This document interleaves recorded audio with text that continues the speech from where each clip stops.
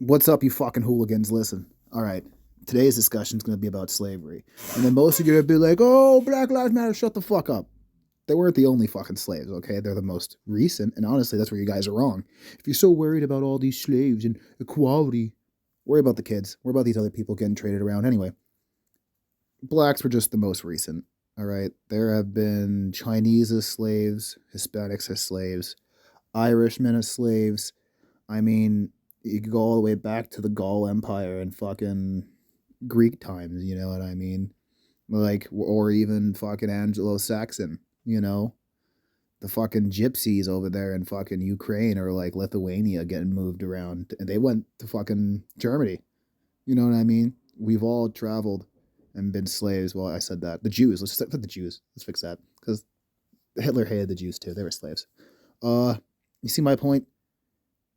I hate the fact that when we talk about slaves, it's always black people. And first off, fuck you, black people. If we can't call you black, we gotta call you African American and shit like that. It's like calling people white.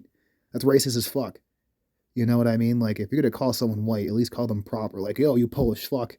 Yo, you fucking Irish Mick. You know, like, you greasy Italian. Like, no.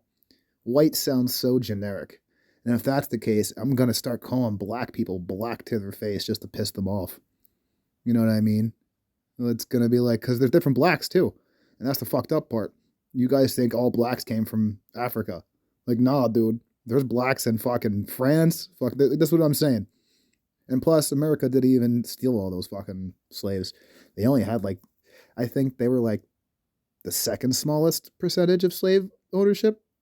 Everybody else was fucking taking those slaves off those ships like candy, dude. America's like, we just need enough to survive. I mean, a little bit to work our plantations. And hell, put it this way, even Cuba had slaves of Africans.